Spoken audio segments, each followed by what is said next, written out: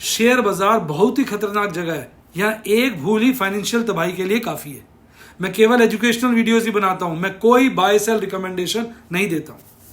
चर्चा किए गए स्टॉक उदाहरण के लिए हैं और खरीदने या बेचने की कोई रिकमेंडेशन नहीं है। मेरा यह मानना है कि शेयर बाजार में निवेश किसी के कहने पर नहीं करना चाहिए, बल्कि अपने रिस्क एपेटाइट और जानकारी के हिसाब से करना चाहिए। सदा याद रखें, जिसने ली टिप उसकी हुई डिप। हाय गाइस, आपका स्वागत है आपके अपने show MK talks for investment in Hindi में। कैसे हैं आप? आज तो मैडम भी हंस रही हैं। तो भाई देखो, आज ना बाज़ार ने रिकवरी ली, पर मैं आपको एक बात कहूँगा, जरा आप मेरी बात को समझना। आज भारतीय बाज़ारों को देखो, बहुत बढ़िया रिकवरी ली, शानदार। और आपको याद होगा पिछले दिनों मैंने कहा भी था कि भारतीय बाज़ार अपने हिसाब से चल रहे हैं और उल्टे चल रहे हैं। हालांकि हल्का फुल्का अंतर्राष्ट्रीय ट्रेंड्स का प्रभाव उन पर पड़ता है, पर उनकी चाल अपनी है। कहते हैं ना, भारतीय बाज़ारों के लिए तो यही कहना पड़ेगा, तौबा ये मत वाली चाल, सबके उल्टे कर दे हाल। यानी सबके उल्टे कर रखे हाल। देखो ऐसी चाल चल रहा है। देखो मैं आपको समझाता हूँ कैसे। पहले भारतीय बाज़ारों की तरफ बढ़ते हैं। देखिए आज कितनी ज़बरदस्त हरी कैंडल बनी है। उसने पूरी कोशिश की कल की लाल कैंडल को खाने की। हालांकि कल की लाल कैंडल को नहीं खा पाई, कल का टॉप नहीं टच कर पाई, पर एक अच्छी बढ़त के साथ बाज़ार बंद हुआ। यानी जो कल की गिरावट थी उसको काफ़ी हद तक निगेट कर दिया आज की बढ़त ने। पर समझने की बात यह है कि अगर आप हमारे बाज़ारों को देखेंगे, एशियाई बाज़ारों की बात कर रहा हूँ, सारे बाज़ार लालियाली में बंद हुए हैं। एक भी बाज़ार ऐसा नहीं था जो हरियाली में बंद हुआ। एक तेवान वेटेड हरियाली दिखा रहा है, पर ये 12 तारीख का ट्रेड दिखा रहा है। तेवान वेटेड का ठीक से आता नहीं, पता नहीं आजकल इस पर। चलो यूरोप चलते हैं। यूरोप में केवल एक लंदन है जो 0.04%, यानी ना के बराबर हरियाली में। इसके अलावा सारे बाज़ार लालियाली में। पर जब हम अमेरिका की तरफ चलते हैं तो माहौल कुछ कहते हैं ना कि खुशनुमा सा हो जाता है, क्योंकि यूएस के अपने 3 इंडाइसेस हल्की फुल्की हरियाली में है और एक हल्की फुल्की लालियाली में। स्मॉल कैप वाला जो इंडेक्स है वो तो लालियाली में, डाउ जोन्स हो गया, S&P 500 हो गया, नैस्डैक हो गया, हल्की फुल्की हरियाली में। दोनों तरफ का काम 0.25 चौथाई प्रतिशत से बीच का ही है। कनाडा की बात करें उसका भी यही हाल है। ब्राज़ील थोड़ा सा आपको पता है ज़्यादा वोलेटाइल होता है, वो 0.61% बढ़ा हुआ है। यानी अंतर्राष्ट्रीय फैक्टर्स जो हैं उसके हिसाब से बाज़ार नहीं चल रहा, हमारे यहाँ के ट्रेडर्स की पोजीशन के हिसाब से बाज़ार चल रहा है। बाज़ार वाकई काफ़ी गर्म हो गया है। बोलिंजर बैंड आप देखेंगे काफ़ी चौड़ा, काफ़ी फैल गया है, यहाँ ओवरबॉट जोन में आ चुका है। MACD चार्ट बढ़िया है। तो इस वक्त ना ट्रेड करके कोई रिलैक्स वाला ट्रेड, जैसे मैं कहूँगा, मैं कहता हूँ सेफ पुट है, जिसको मैं कहता हूँ कि प्लैटिनम रूबी की ट्रेड्स कहता हूँ मैं उसको। वो जो ट्रेड्स होते हैं सेफ पुट हो गए, इस वक्त करते हुए डर लगता है, क्योंकि मिलता क्या है, थोड़ा सा प्रीमियम, और बाज़ार में उल्ट पुल्ट हो जाए तो खासा नुकसान हो जाता है इस वक्त। क्योंकि मैं काफ़ी समय से देख रहा था और मेरे पास फंड्स भी ख़त्म हो गए थे, तो मुझे लगा इस वक्त थोड़े एग्रेसिव ट्रेड करूँ, जिसके चलते मैंने फ्यूचर्स में काम शुरू किया। अब कल की स्थिति बताता हूँ। कल मैंने कई सारे फ्यूचर खरीद लिए थे और मैं थोड़ा सा एक बारी को फंस गया। 4 लॉट एक पर्टिकुलर शेयर के, जो कल 110 रुपये गिर गया था अपनी पीक से, उसमें फंस गया। आज उसमें से 2 लॉट तो निकाल दिए ठीक ठाक प्रॉफिट पे, 15-20 हज़ार का प्रॉफिट हो गया। और 2 लॉटों की मैंने कॉलें बेच दी, यानी उसमें मैंने कल कर दिया MKJ फ्यूचर कॉल स्ट्रैटेजी, जिसके चलते वहाँ एक लॉट में मुझे लगभग प्रॉफिट होना चाहिए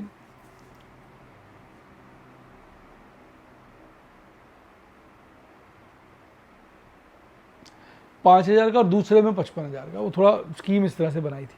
अब मौका देख के एक दोनों कॉलों में से, क्योंकि कॉलों में टाइम डिके ज़्यादा होता है, मौका लगा तो निकल जाऊंगा। एक तो मैंने कॉल अगले महीने की कर ली, एक इस महीने की। थोड़ा सा इस तरह से प्लान करिए, तो एक प्लान बनाना पड़ता है, जिसके चलते आप फंस जाओ, निकल सकते हो। अब एक और शेयर है, उसमें मेरे 3 लॉट हो गए इकट्ठे। हालांकि पहले मैंने 2 फ्यूचर खरीदे थे ब्लैंक, कि उसको निकाल दूंगा, थोड़ी जल्दी खरीद लिए थे, क्योंकि मुझे उम्मीद था बाजार गिरेगा, बाजार गिर गया। आज मैंने एक फ्यूचर के साथ MKJ फ्यूचर कॉल स्ट्रैटेजी लगा दी, यानी एक से निकला दूसरे में चला गया। एक और में लगा दी फ्यूचर कॉल स्ट्रैटेजी, वहाँ मैंने पोजीशन क्लियर करी, वो बढ़ गया था, जो गिरे पड़े तो उसमें घुस गया। तो इस तरीके से आपको मौके मिलते हैं एग्रेसिव ट्रेड में। इस वक्त क्या फ़ायदा होता है, जो मेरे को अपने लिए फीलिंग होती है कि मैं कैश बैकिंग तो रखता हूँ, अगर मेरे पास कैश शॉर्ट हो जाता है तो वो शेयर बेच देता हूँ, उसका फ्यूचर खरीद लेता हूँ, तो फंड्स आ जाते हैं, उस फंड से फिर मैं आराम से फ्यूचर को मैनेज कर पाता हूँ। तो इस तरह की। और फिर दूसरा मैंने ये भी दिमाग बनाया कि इस वक्त ज़्यादा डिलीवरी नहीं उठाऊंगा। एक शेयर जो मेरी निगाहों पे लगा हुआ है, जो आज भी गिरा कल भी गिरा, उसके मैं अपना 100 करके धीरे धीरे शेयर उठा रहा हूँ। तो उसका मेरा टारगेट एक बड़ा लॉट बनाने का है, कैश का शेयर है, उसको मैं लगातार हर गिरावट पे प्लस कर रहा हूँ। तो इस तरीके से शेयर बाज़ार आपको मौके देता है, पेशेंस चाहिए होती है। देखिए ज़्यादातर लोगों को क्या लगता है, ज़्यादातर लोग ना बहुत जल्दी बहुत ज़्यादा अमीर बनना चाहते हैं। मेरा कोई विचार नहीं है कि मुझे बहुत जल्दी अमीर बनना है। मेरा विचार है मैं धीरे धीरे आराम से अमीर बनना चाहता हूँ, अपनी वेल्थ को बढ़ाना चाहता हूँ, और एक ऐसे रेट ऑफ रिटर्न के ऊपर जो ज़्यादातर लोगों से काफ़ी ज़्यादा हो। मुझे बहुत जल्दी बहुत अमीर नहीं बनना है, इस सावधानी से काम कर रहा हूँ। तो इसलिए क्या होता है कि नुकसान होता ही नहीं है। अगर थोड़ी देर बाद कॉल में नुकसान हो जाता है, उसके फ्यूचर में प्रॉफिट कर लेता हूँ। किसी कॉल में नुकसान करता हूँ तो रिलेटेड शेयर से उसका 4 गुना रिकवर कर लेता हूँ। तो इस तरीके से मैं चारों खाने, आजकल मार्जिन ट्रेड में काफ़ी कर रहा हूँ, फ्यूचर्स में काम काफ़ी कर रहा हूँ। और आपने देखा होगा ये मैंने काम कितने दिनों बाद किया है, मेरी झिझक आ गई थी। नहीं सर, दिसंबर 21 के बाद मैंने किया नहीं था, पूरा 22 नहीं किया, 23 का 6 महीने नहीं किया, समझो 6-7, यानी मैंने 18-19 महीने शेयर्स फ्यूचर में हाथ ही नहीं डाला। ऐसा मेरे को हो गया था। मुझे तो बहुत घबराहट हो गई थी सर। पर वो वेदांता से मेरी वो फिर झिझक टूट गई। वेदांता का फ्यूचर डिस्काउंट पे था, मैंने उसका फ्यूचर खरीदा, शेयर बेचा। फिर पेल का आ गया, उसका फ्यूचर खरीदा, शेयर बेचे, उसका भी कवर कर लिया, वेदांता का भी कर लिया, उसमें अच्छा खासा मुनाफा कमा लिया। वेदांता में तो 16 रुपये 17 रुपये के आसपास पर लॉट फ़ायदा हुआ है। 2000 का लॉट था, 17 इंटू 2000 34,000 पर लॉट का फ़ायदा हुआ, पर लॉट का। मैं उसमें से 6 लॉट कन्वर्ट कर चुका हूँ। एक बड़ा मुनाफा घर बैठे बैठे उसमें आ गया। अच्छा लगता है सोच के, नहीं? उसके अलावा फिर उसमें हुआ, पेल में भी अच्छा फ़ायदा हो गया था। उसमें तो ज़्यादा हुआ था, 30 रुपये शेयर हो गया था, 30 इंटू 70 22,500 का हो गया था। फिर HDFC AMC के मैंने 1500 शेयर बेच के फ्यूचर खरीद लिए थे, उसमें 70 रुपये पर शेयर का फ़ायदा था। 1500 इंटू 70 करें, 1,05,000 का, 1,05,000 के आसपास का प्रॉफिट होगा, 1 लाख किलो राउंड में। अभी तो वो प्रीमियम पे कवर करूँगा, नहीं तो फ्यूचर ही होल्ड करूँगा। तो ऐसे प्रभु के आशीर्वाद से, प्रभु की कृपा से वो झिझक छूटी, तो फिर मैंने वापस MKJ फ्यूचर कॉल स्ट्रैटेजी लगाई, और प्रभु के आशीर्वाद से सही मुनाफा हो रहा। फिर मैंने इस वक्त MKJ फ्यूचर यानी नेकड फ्यूचर्स में भी काम किया, और आपकी शुभकामनाओं के चलते, प्रभु के आशीर्वाद, प्रभु की कृपा के चलते ठीक चल रहा है। तो इस तरह से मार्केट के माहौल के हिसाब से मुझे लग रहा है इस वक्त, क्योंकि क्या होता है, पुट बेचते हैं सारा 2 रुपये मिलता है, नुकसान 100 रुपये का हो जाता है। फ्यूचर में मिलता भी अच्छा है और नुकसान होता है तो फिर हम होल्ड कर लेते हैं, मूवमेंट मिल ही जाता है निकलने का। हालांकि 1-2 जगह मैंने जल्दी करी तो उसको मैंने रेक्टिफाई कर लिया, अब जल्दीबाजी नहीं कर रहा हूँ। तो और देखिए, आपको बताऊंगा इसकी खबरें किस तरह से चलती है। तो ओवरऑल मुझे क्या लग रहा है, भारतीय बाज़ार में सावधानी ज़रूरी है। बाज़ार तेज़ी के मूड में भी है, पर सावधानी जरूरी है, क्योंकि जब इतना भाग जाता है थोड़ी सावधानी चाहिए। हालांकि जब इतना भाग जाता है तेज़ी बनने के ज़्यादा चांस हो जाते हैं। क्यों? क्योंकि जो शॉर्टी होते हैं वो एक्टिव हो जाते हैं, वो साले हर लेवल पे शॉर्ट मारते हैं। वो कहते हैं अब गिरेगा अब गिरेगा, उनमें दम भी बहुत होता है। जो मजबूत शॉर्टी होते हैं वो मारते जाते हैं, कमज़ोर वाले तो स्क्वायर ऑफ करते रहते हैं, मजबूत शॉर्ट पे शॉर्ट मारते हैं, तो नीचे तो आएगी। फिर इसलिए बाजार काफ़ी खिंच जाता है। जब वो भी थक जाते हैं फिर बाजार गिरना शुरू होता है, पर बीच में झटके भी दे जाता है, जैसे कल दिया था। तो अब देखते हैं, मतलब मैं तो दोनों तरफ को प्रोटेक्ट करके चल रहा हूँ। एक तेज़ी और मिल जाए तो मूड माहौल बड़ा अच्छा हो जाएगा। अच्छा, मैंने आपको अंतर्राष्ट्रीय बाजार को बता दिया। अब देखिए भारतीय बाजारों में देखो किस तरह से फियर बढ़ता जा रहा है, फिर से 37 के लेवल पे आ गए। अब ये ना बड़े नेगेटिव है सब अंतर्राष्ट्रीय इंडिकेटर्स, देखो ना नेगेटिव ही हैं। क्या है, कुछ पॉजिटिव नहीं है। US dollar index higher level पे आ चुका है, क्रूड महंगा होता जा रहा है, USD INR 82 के नीचे आ ही नहीं रहा है, US 10 ईयर यील्ड 4 के नीचे आई नहीं रही, 4.25 के लपेटे में लिपटी हुई है। कुछ भी अच्छा नहीं है इसमें।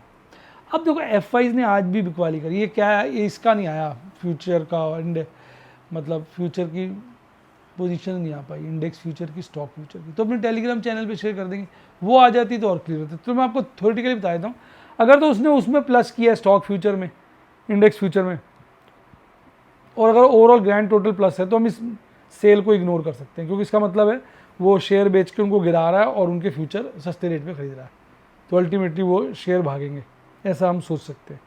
DIs तो खरीदारी कर ही रहे, पर नेट बिकवाली है, फिर भी बाजार चढ़ा, इसका मतलब आज भी कहीं ना कहीं रिटेल इन्वेस्टर एग्रेसिव है। ये वाला डेटा भी जो है अपने टेलीग्राम चैनल पे आ जाएगा, लिंक डिस्क्रिप्शन बॉक्स में, उसी से ज्वाइन करिए। देखिए निफ्टी 50 ने आज अच्छा दिखाया, 19,993 पर बंद हुआ था, थोड़ा सा नीचे खुला, बॉटम बना 19,944 का, सारा दिन भागा, फिर ऊपर जाके स्टेबल हो गया, हल्का सा गिरा, 20,096 का पीक बनाया, पिछले वाले पीक से जो कल बनाया था उससे लगभग 14 पॉइंट नीचे, फिर 20,070 पे बंद हुआ, एक अच्छी मजबूती दिखाई, 0.38% बढ़ा। आज अगर आप देखेंगे Grasim, Coal India, Tata consumer product, Bharti Airtel, Titan company, BPCL index, इसमें मैंने अच्छा मुनाफा कमाया था, फ्यूचर का कल ही काम कर डाला था, 11-12 हज़ार रुपये का प्रॉफिट कर लिए थे इंट्राडे में, पहले इंट्राडे क्या था ना इसमें, हाँ जी। इंट्राडे था शायद, या एक दिन होल्ड किया होगा, 1-2 दिन में निकल जाता हूँ। इसमें भी कुछ बनाऊंगा, अब मेरा विचार ना इसमें आ रहा है स्ट्रैटेजी बनाने का। भारतीय एयरटेल काफ़ी खींच दिया, भारतीय एयरटेल इस वक्त अपनी लाइफ टाइम वहीं पे आ गया, देखो जरा, इसके मेरे बस कई लॉट पड़े हुए यार, बड़े कितने बड़े अरमान से रखा है सनम तेरी कसम, ओ सनम तेरी कसम, शेर की दुनिया में ये अपना कदम हो, अपना कदम, तो बड़े अरमान से रखता है आदमी इस फ्यूचर में, MKJ फ्यूचर कॉल स्ट्रेटजी में फिर से कदम रखा है, और अभी तो ठीक चल रहा है। अब देखिए आज भारतीय एयरटेल ने लाइफ टाइम हाई 918 का बनाया, एक अकाउंट में बस 2025 शेयर पड़े हैं, दूसरे अकाउंट का मुझे ध्यान नहीं है, अभी मैं खरीद नहीं रहा हूँ, इसमें कुछ अच्छी स्ट्रैटेजी सोच रहा हूँ बना लूँ, दूसरे अकाउंट में भी होंगे, देखना पड़ेगा, दूसरा अकाउंट तो रिकॉर्डिंग में लगा हुआ है ना। आज गिरने वालों में जियो फाइनेंशियल सबसे ज़्यादा गिरा हुआ था, ये सारा इसमें क्यों आ रहा है मुझे समझ में नहीं आ रहा, इसको इंडेक्स में से तो हटाता है, आप बताइए इंडेक्स में से हटाया कि नहीं हटाया, ये बार बार दिखा रहा है इसको। आज HDFC life, M&M, Larsen, Adani port, Divis lab, Cipla, इनमें गिरावट देखने को मिली, हालांकि गिरावटें आज बड़ी नहीं थी, बढ़त अच्छी बढ़ी थी, ग्रासीम 3.25%, कोल इंडिया 3.25%, टाटा कंज्यूमर प्रोडक्ट्स 2.25%, भारतीय एयरटेल 2.25%, बाकी इनमें गिरावटें ज़्यादा नहीं थी। जिस चार्ट को तो हमने डिस्कस कर लिया, अब ऑप्शन चेन को देखें, अब 19,900 पे कॉल राइटर भाग गए, 20,000 से भी आधे भाग गए, 20,100 पे थोड़ा जमगढ़ बनाया, 20,500 पे जमगढ़ बनाया, यानी 20,500 को वो सेफ मान के चल रहे हैं। अब कल एक्सपायरी है इसकी, आपको पता ही है, अब कल भी एक बार उठापटक होनी चाहिए, पुट राइटर्स बढ़ बढ़ के आगे आ गए, जिसके चलते अगर आप PCR देखेंगे ना वीकली वाला 1.16 हो गया, फिर हल्का सा बढ़ा है, मंथली PCR 1.51 है, यानी मंथली में कहीं ना कहीं पुट राइटिंग कम हुई है। मैक्सिमम पेन वही है 19,000 पे पुट का और 20,000 पे कॉल का, हालांकि 20,500 पे कॉल का ओपन इंटरेस्ट बढ़ रहा है, और पुट राइटर्स भी 19,800 पे 20,000 पे अपनी पोजीशनों को बढ़ा लिया उन्होंने, और मैक्सिमम पेन जो अभी तक 19,000 पे था 20,000 पे आ गया, ये तेज़ी का संकेत है। निफ्टी बैंक की बात करूं, वो बहुत अच्छा बंद हुआ 0.87, आज निफ्टी बैंक की एक्सपायरी थी, कल बंद हुआ 45,511 पे, 45,549 पे पहुंचा, ओपन हुआ, और उसके बाद बॉटम बनाया 45,299 का। सबको लग रहा था बाजार गिरेगा, मूड माहौल ख़राब था, हमारे एशियाई बाजार गिरे हुए थे, लोगों ने दबा के शॉर्ट की हुई, बस उनकी बजा दी, खींच दिया लगातार, 45,990 का पीक बनाया, 45,909 पर 400 पॉइंट के लपेटे में 1% से थोड़ा कम तेज़ी के साथ बंद हुआ, लाइफ टाइम हाई से ज़्यादा दूर नहीं है, 500 पॉइंट से कम दूरी है। और भागने वाले PNB, bank of Baroda, IndusInd bank, federal, बंधन, SBI। अब देखो आप, अब बंधन के तो इंडसइंड बैंक मैंने पुट बेची थी, क्या 2-3 रुपये बचते हैं, फ्यूचर में काम करो तो एक एक दिन में देखो कितनी मूवमेंट आ रही है, 25-25 रुपये की आ रही है, 25 में से आदमी 15 रुपये का भी पोजीशन खींच ले तो एक अच्छा मुनाफा हो जाता है एक दिन के अंदर, पर वो बड़े सेफ्टी के साथ करना पड़ता है, हिसाब से, ये नहीं किसी भी लेवल पे खरीद लो, किसी भी लेवल पे बेच लो, हिसाब से। देखो आज जो है ना ICICI बैंक ने बड़ा साथ निभाया, गिरा नहीं है, मतलब ज़्यादा ना गिर के साथ निभाया, और HDFC बैंक ने भी हल्का चढ़ के साथ निभाया। ये दोनों का बहुत ज़्यादा वेट है, ये गिर जाते तो निफ्टी बैंक गिर जाता आज ऑपरेटर ने क्या किया, इन दोनों को तो रखा साइलेंट है, ज़्यादा चेंज ही नहीं किया, बाकी सबको भगा दिया, ताकि एक बड़ी तेज़ी लानी हो तो इन दोनों को खींच देगा। समझे गेम? ये गेम होता है। अब यहाँ देखो, यहाँ तो कैंडल बहुत ज़बरदस्त बनी है आज, इसको कहते हैं बुलिश एनगल्फिंग कैंडल। इसने कल की कैंडल को अपने आप में समा लिया है। ये एक तेज़ी का संकेत देती है, ये कह रही है बाजार में तेज़ी अभी मेंटेन्ड है। ये मैं जो भी बातें कर रहा हूँ टेक्निकली कर रहा हूँ। ऑपरेटर जब अपने मूड में आता है टेक्निकल की पुड़िया बना के ऐसी जगह डालता है कि आप निकाल भी नहीं पाते, तो इसलिए ये सब बेकार है। लेकिन इसको समझना तो पड़ता ही है, उसी से तो हम अपना मूड बना पाते हैं। RSI ओवरबॉट की तरफ दौड़ रहा है, बाजार तेज है, तो निफ्टी बैंक में ज़्यादा मजबूती इस वक्त निफ्टी 50 के मुकाबले बनी हुई है। अब यहाँ पर अगर आप देखेंगे कि पुट कॉल राइटर्स भागे हैं, 45,500 पे उनका ओपन इंटरेस्ट हाईएस्ट था, वो 46 पे आ गया, 47 पे आ गया, और पुट राइटर्स ने 45,500 की चौकी पे कब्जा कर लिया, 45,000। मतलब पुट राइटर्स एग्रेसिव होते जा रहे हैं। इवन आप देखोगे 46,000 पे भी दबा के आगे बैठ गए, यानी एक बड़ी तेज़ी का संकेत है। और PCR नई वीकली एक्सपायरी का 1.27 पे खुला है, जो कहीं ना कहीं हल्का फुल्का ओवरबॉट ही है। आज मैंने दो तो MKJ फ्यूचर कॉल स्ट्रेटजी लगाई, दो कंपनियों के अंदर एग्रेसिव। 2 बार मैंने एक अपना प्रिय शेयर CNC में, जिसको मैं सफायर एमरल्ड ट्रेड भी कह देता हूँ, वो ख़रीदा मैंने। तो ये इसकी सारी आज का थीम प्लान था। तो आप भी रिस्क मैनेजमेंट, कैश मैनेजमेंट सीखना चाहें, जो मेरा जिस पे जोर होता है, अपॉर्चुनिटीज़ को ट्रैप करने की स्ट्रैटेजी सीखना चाहें, क्योंकि मैं कोई टिप नहीं देता, मैं कोई बाय सेल रिकमेंडेशन नहीं देता। कोई पूछता भी है तो यही कहता हूँ, भैया आप अपने रिस्क एपेटाइट से काम करो, आपको अपने रिस्क एपेटाइट से काम करना चाहिए। इस बारे में मैं कुछ नहीं कह पाऊँगा। मैं वीडियोस देता हूँ, डेमोज देता हूँ, जिसके द्वारा आपको risk management, cash management, MKJ creeping strategy, MKJ future call strategy समझाता हूँ। अगर आप भी समझना चाहें तो मेरे व्हाट्सएप के स्टूडेंट बन सकते हैं, या यूट्यूब के। डीमैट अकाउंट खुलवाना हो मेरी टीम को व्हाट्सएप पे कॉल करिए, नंबर है 70 11 323 077 70 11 323 077। यूट्यूब पे मेंबरशिप सेक्शन में जाकर आप स्टूडेंट बन सकते हैं। फिर मैं बोल दूँ, बेटा अगर आप किसी टिप के उम्मीद करते हैं हमसे, तो मैं आपसे हाथ जोड़ के माफ़ी चाहूँगा, क्योंकि मैं कोई टिप देता ही नहीं, कोई एडवाइस नहीं, मैं प्योर टीचिंग करता हूँ। और अगर कोई भी ट्रेडिंग अकाउंट को ऑपरेट करने में, डीमैट अकाउंट खुलवाने में, ट्रेडिंग अकाउंट खुलवाने में कोई भी दिक्कत आती है, मेरी टीम को कॉल करो 70 11 323 077 पर, वो आपकी मदद करेगी। इसी के साथ साथ bye, God bless you, happy investing, और आप स्टॉक मार्केट के बेताज बादशाह बने।